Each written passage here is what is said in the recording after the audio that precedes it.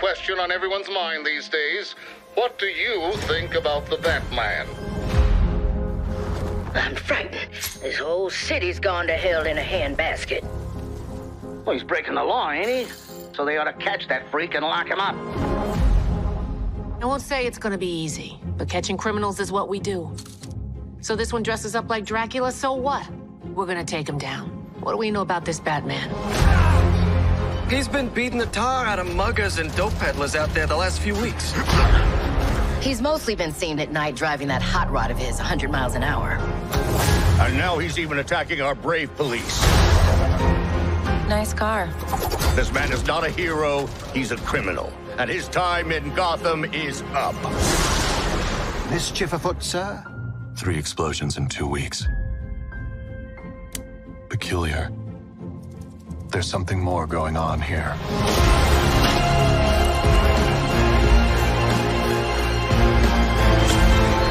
He knows too much. He's an itch that needs to get scratched. The kings don't run this court anymore. The jester does.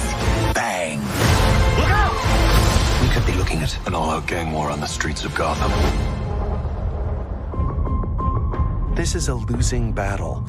100 other monsters will show up to replace anyone you take down. Probably. But now they'll all know I'm coming for them.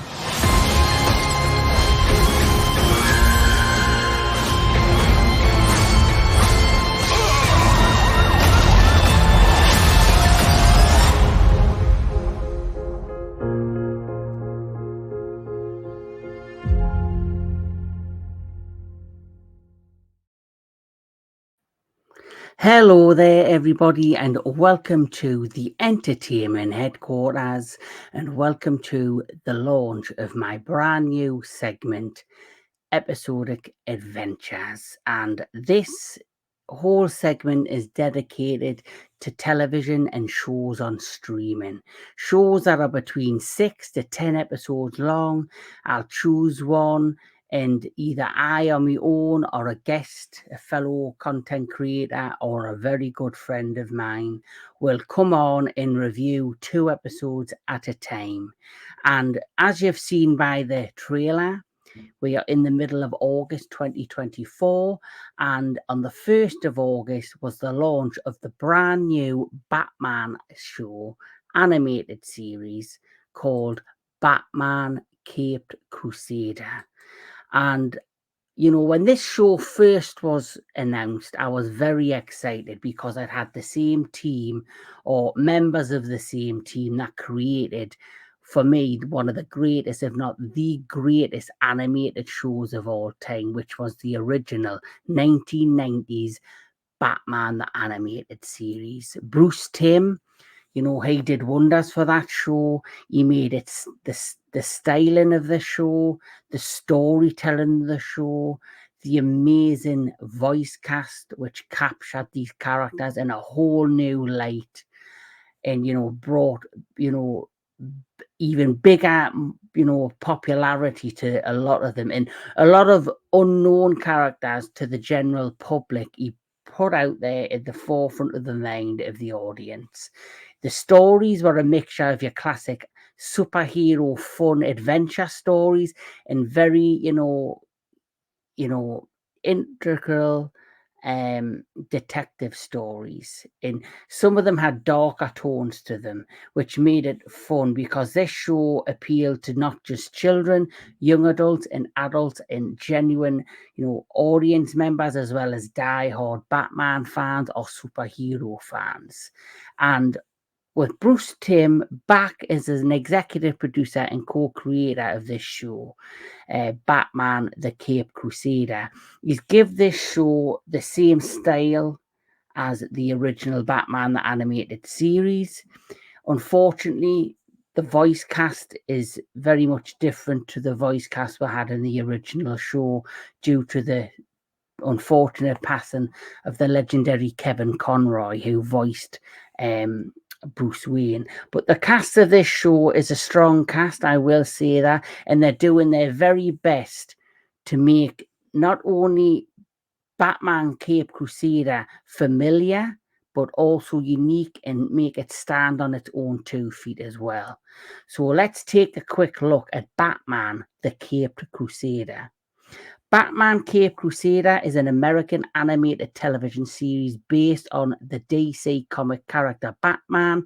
The series is developed by Bruce Timm and produced by Bad Robot Production, 6th and Idaho Motion Picture Company, Warner Brothers Animation, and DC Studios.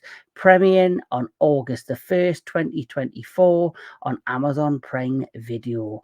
The show offers a noir-inspired reimagination of Batman mythos, focusing on a young Bruce Wayne during the early stages of his crime-fighting career in Gotham City, drawing inspiration from Batman stories of the 1940s and 1960s. And that's another great thing I love about this particular show. That does kind of give it a different vibe and feel to the Batman the Animated Series. It's Batman the Animated Series, which still had that noir feel, that classic feel, the 1940s to 1960s feel, but it also had kind of a futuristic feel to it as well, with some of the technologies that are used within the show and some of the gadgets and all of this that are developed throughout the show's history. With this, though, Batman Caped Crusader, I found, even though it has the same style, it's very much influenced by the 1940s and 1960s Batman comics and lore, but it has that noir feel to it, but where Batman the Animated Series, like I mentioned before, some of the episodes felt very superhero action adventure-ish. Some of them were very grounded, gritty, and had these intricate, more adult-themed plots and stories. That I found with Batman the Caped Crusader, it's very much grounded. It feels more grounded, more serious, and tries to capture the feels of definitely the 1940s and 1960s show. Comic books. So looking at the main cast of Batman the Animated Series, not the animated series, Batman Caped Crusader,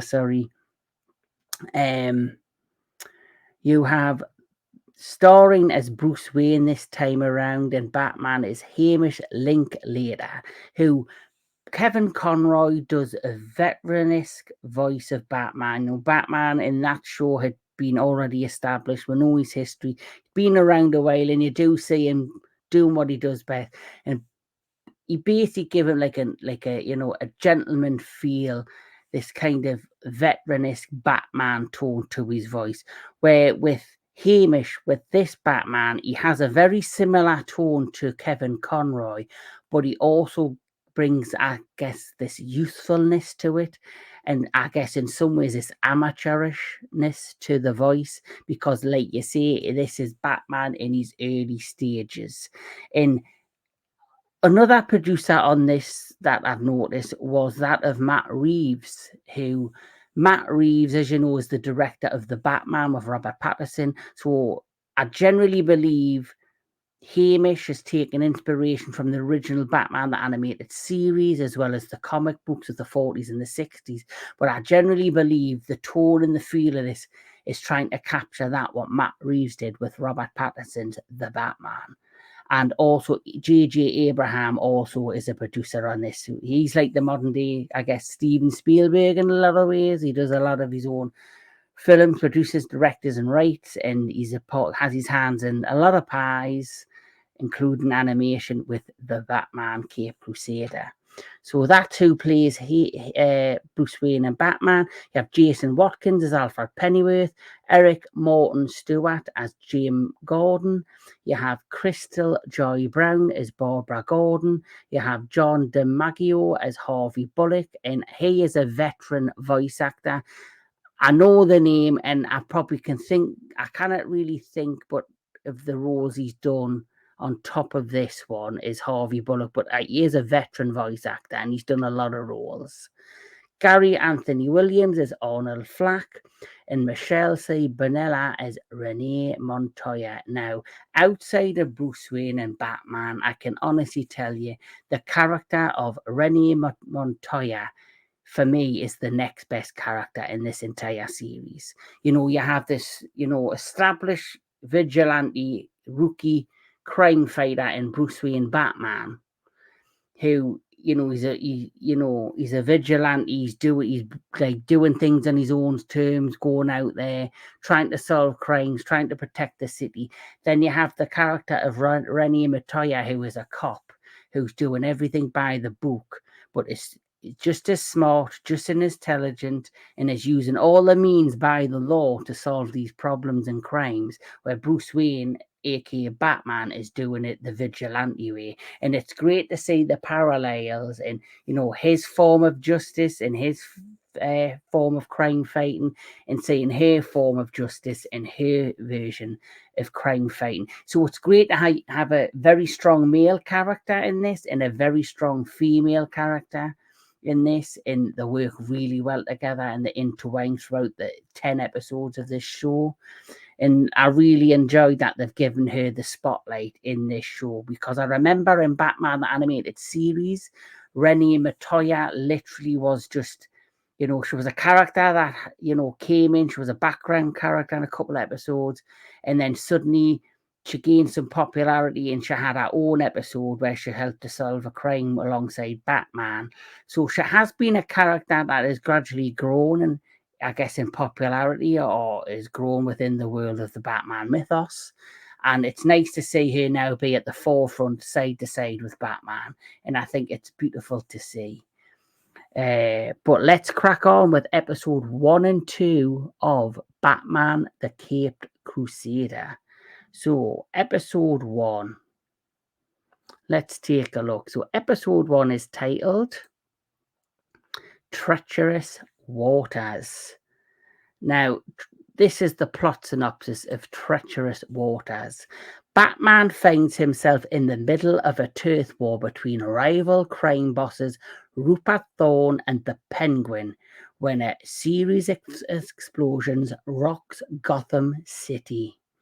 Now, the thing when it comes to the Penguin, there has been a lot of, you know, controversy, or a lot of people kind of putting a question mark on it, or, you know, a lot of people either, you know, think it's nice, it's different, or some people think, oh, you know, why have they spoiled what the Penguin is? And that is because in this, the Penguin is a female.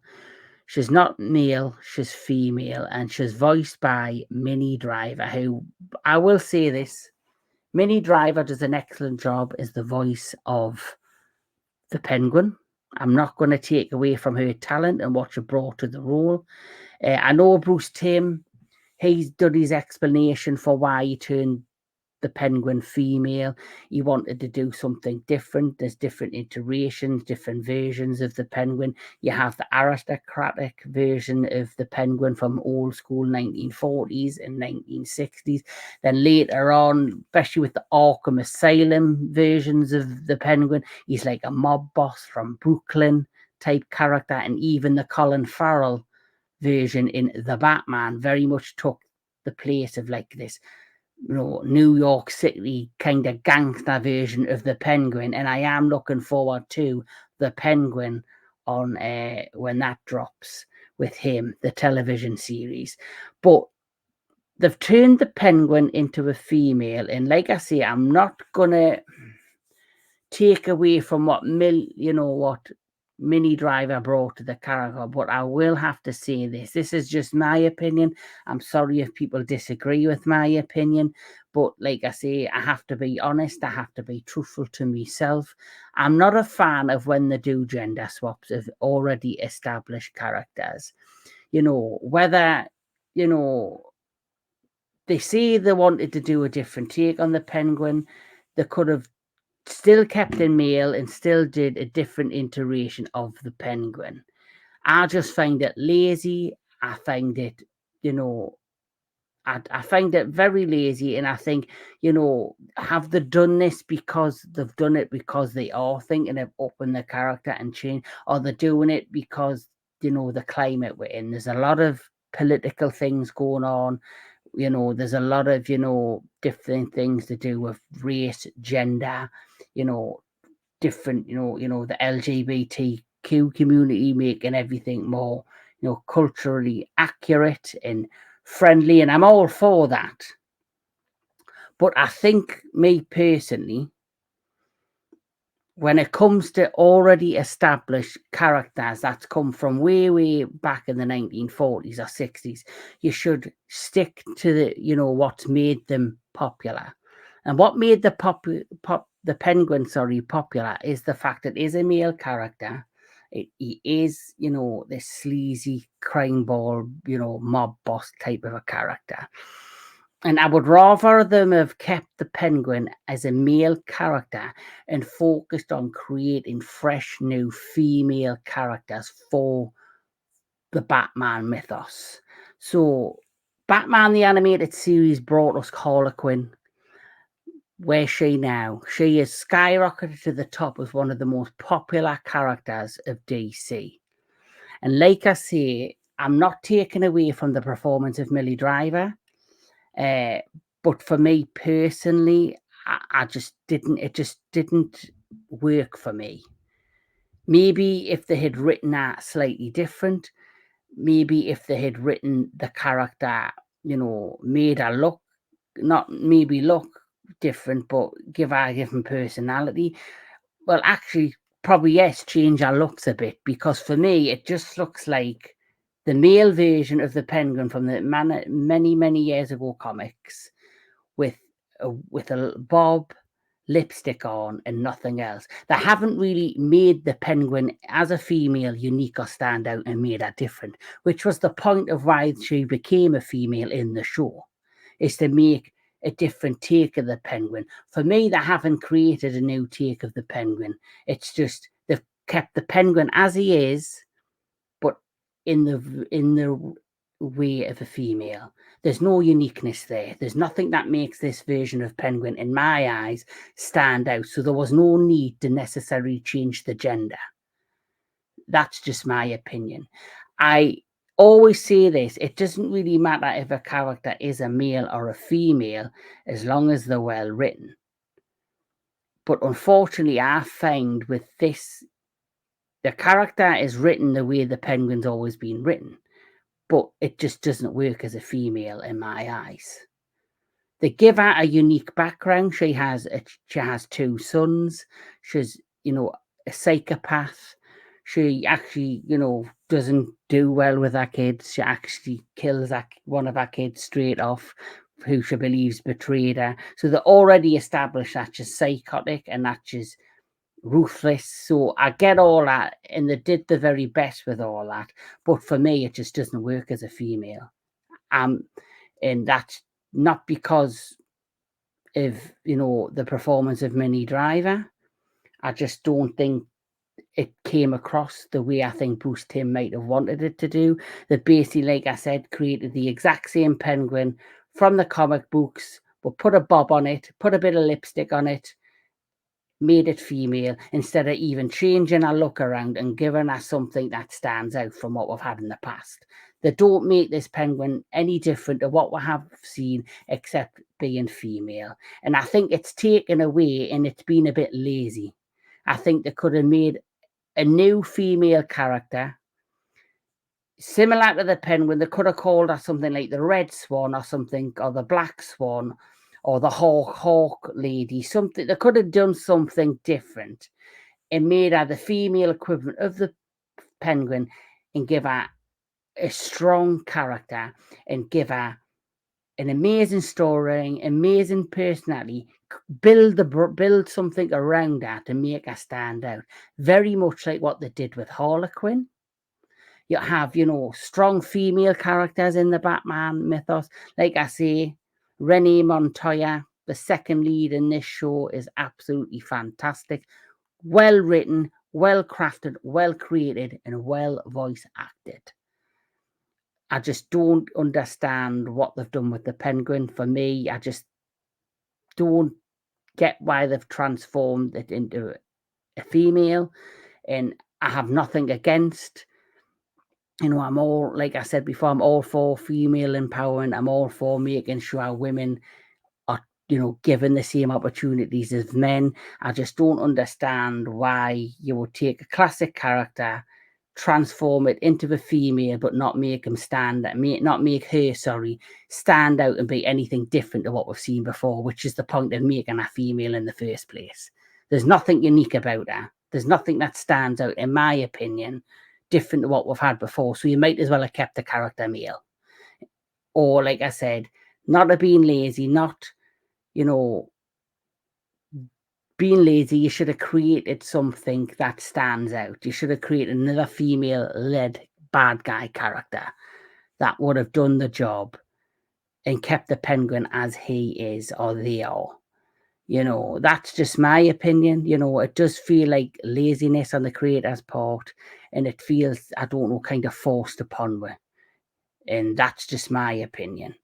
But hey ho, I've got that little rant out me way. If you're still here, thank you. If you're not, I'm sorry. Sorry you've switched off, but that is my opinion, and I have to be true to myself. Love the Penguin, love who he is, love the character. If you wanted to change it female, like I say, you should have done something different and made them stand out and be unique, and they haven't. It's exactly the same Penguin as we've always known and loved, except with a bob, a pair of lips, a pair of boobies, and some lipstick.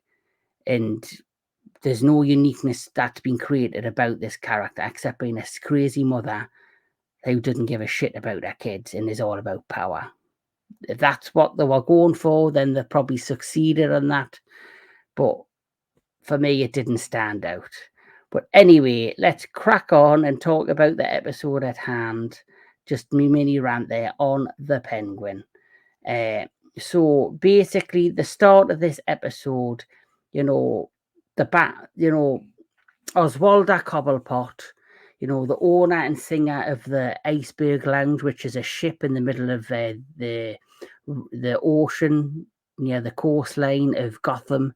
You know, she's doing a fundraiser for, you know, the police, and all that. And she's trying to raise money for the police to come across as a good citizen. But she has a criminal underworld rival, which is Rupert Thorne.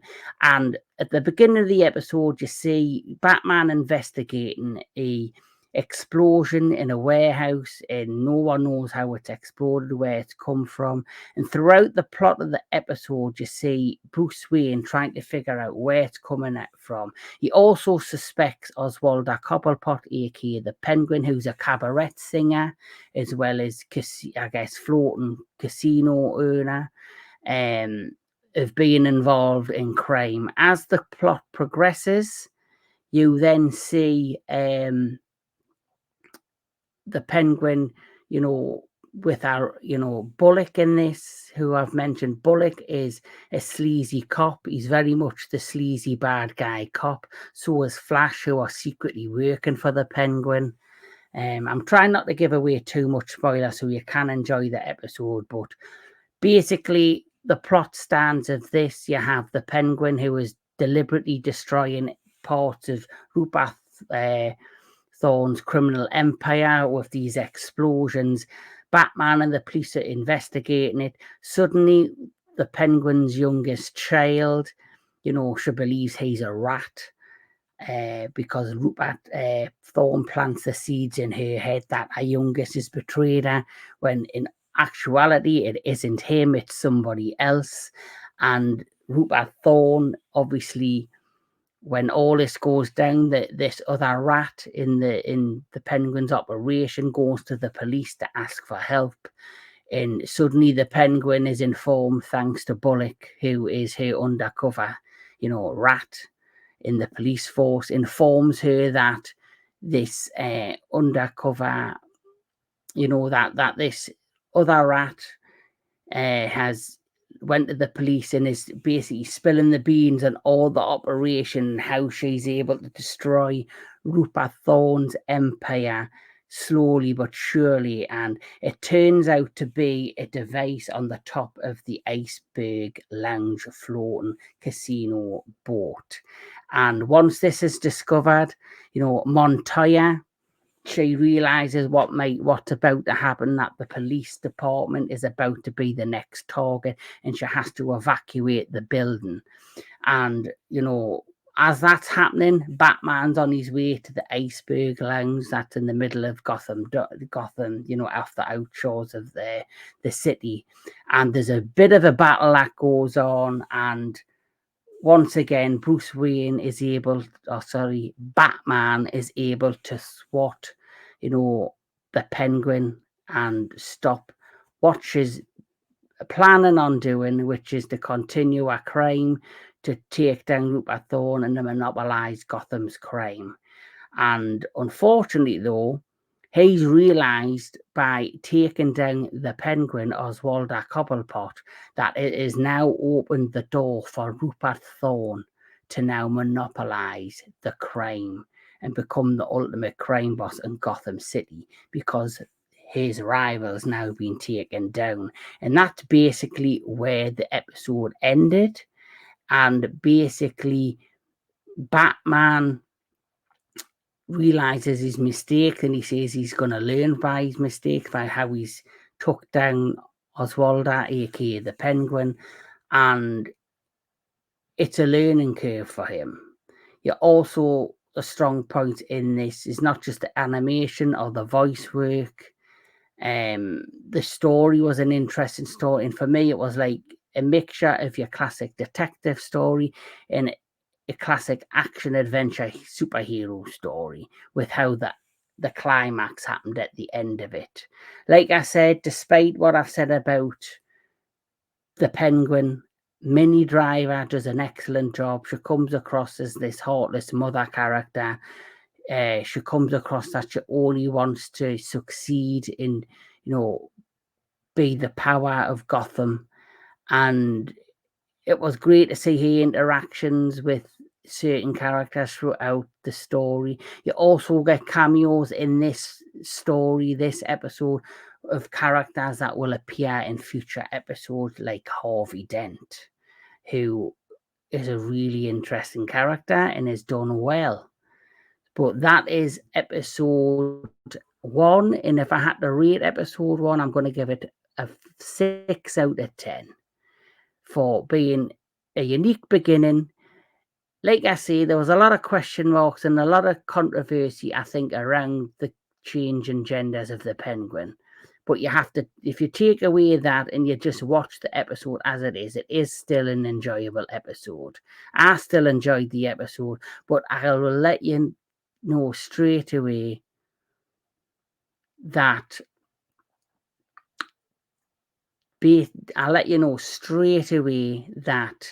from this point on, every episode after the first one gets stronger. They're all well written. I reckon the first episode is the weakest written of the stories, the weakest written episode.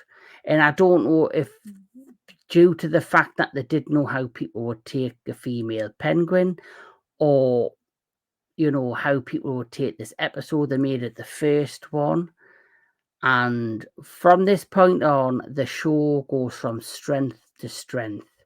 In the next episode, episode 2, which is called And Be a Villain, is probably one of my favorite episodes in the series so far in this season. And it's my favorite for a number of reasons. It's a well-written episode. It's a true detective story. It's nitty-gritty. It fits within the 1940s, the 1960s themes and tones of, you know, that time. And it really comes across like Batman and Detective Rennie Montoya are having to work to solve a real legitimate crime that is happening in front of them. So this episode stars Dan Doyle as Basil Carlo, aka Clayface. Now, Basil Carlo is the very first iteration of Clayface. He's way back from the 1940s. He was like a B movie actor who was starred in horror movies and had a famous horror movie. And if my memory's correct, his horror movie is getting remade, but he is no longer going to be a part of the cast as the main cast member. It's a reboot, I guess, of his classic film, and he goes insane, and he goes one by one along the lines of killing all of the cast members of this new reboot, but in the ways they died in the original film. Now, straight away, I love that idea. I love the concept. It right away struck a chord with us, and I love the version of this version of Clayface. He's not the monstrous, hand weapon making, Clayface that we had in the original animated series, or the more, I guess, popular version of Clayface that we had later on in video games and comic books, or even television shows. This version of the Clayface is very much grounded. He reminds me in many ways of like the Chameleon from the Batman the animated series, where the Chameleon had the ability to change and look like other people. And it wasn't just his look, he changed his costuming, he put wigs on. Very much with this Clayface, he basically is very much like that, where he can transform his face due to the chemicals that's being put into his face, but he can't, as of yet, that we know of. We don't know. There is a second season, I believe, is getting written right now. He could make a return, and they could change up the character and make him more like the Clayface we've seen in the past. But this Clayface is very much grounded. He doesn't have any special abilities other than transforming his face and re-changing his look into looking like another individual. And I love that idea. And the character name, I love the character the character name of Basil Carlo, and how he's designed and his look in this show is very much inspired by Boris Karloff. And I think that was the inspiration from the original one in the 1940s. And that's why I enjoyed this episode way better than the first one, because it very much felt like a no episode straight from the 1940s put on my screen. But the story of this episode is as followed. When a glamorous movie star disappears, Batman and Detective Montoya find themselves tangled up in the dark world of a mysterious Avenger haunting the soundstage. And, that very much is the premise of this episode, and that's very much what happens. You have the character of, like I say, Basil Carlo, who basically he is always ever just been a B actor or a side actor, a co-star. He's never been a leading star. He's never been an A-list actor. He's always been the co-star, and it's due to his face and how he looks. He's not what you could call a glamorous man. He has a unique look about his face, and because he has this unique look and this gauntness in his face, he's always been cast as like a villainous character, like he's always been cast as the monster or the henchman or the murderer in basically his film productions he's a part of. He's always typecast, but he's always wanted to be the leading man, and he grows in an attraction to the star of the next film he is about to be in or be a part of, who is the character of what's her name? She's the female lead of the next big film production. Yvonne Francis, I believe, is the name of the character. Yvonne Francis, she was voiced by Lacey Chabert, and she basically is this glamorous, very beautiful African-American lady, very stunning, beautiful glamour, old school Hollywood glamour, and she's stunning, and she's the leading lady, and she has great sympathy for Basil, and she talks to him and she says to him, if you look different, if you change your look a bit, if you change your perception as an actor, if you didn't just coming down to the stereotypes of being this stereotypical side character actor, if you worked on your craft as an actor, because he's a fine actor, but if you worked and changed it up a bit, maybe you would be seen in a different light. And I think she's saying this just to be kind to him. And suddenly at the beginning of the episode, she goes missing.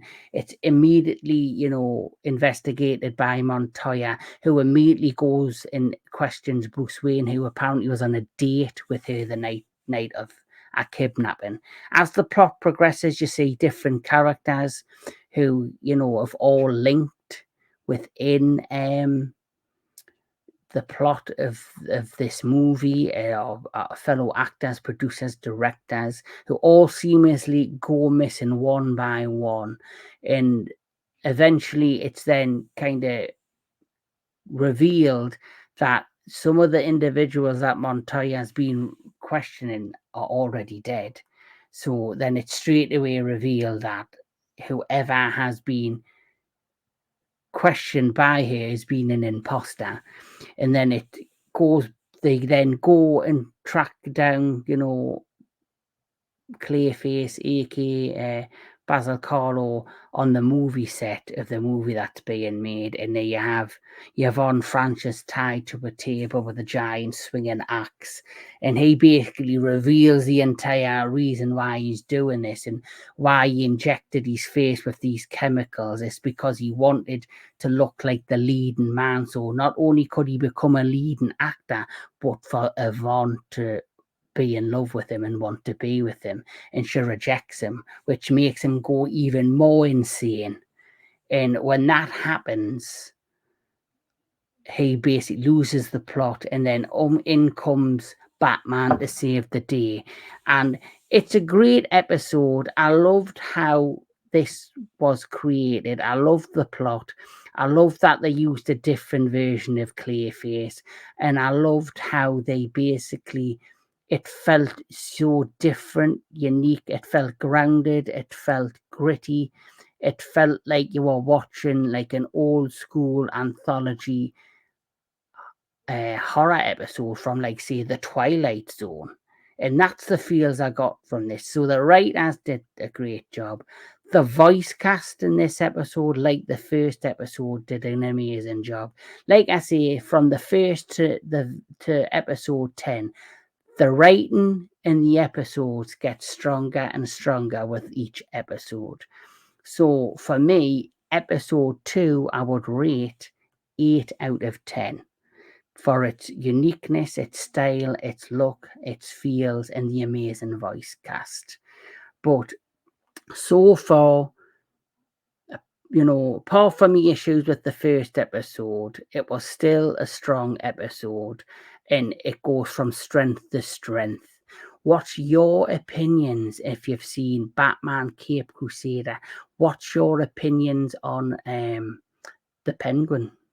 What's your opinion on, the new Clayface? And what's your opinion on, Hamish Linklater as the new Batman? And do you think he's doing a fine job for now?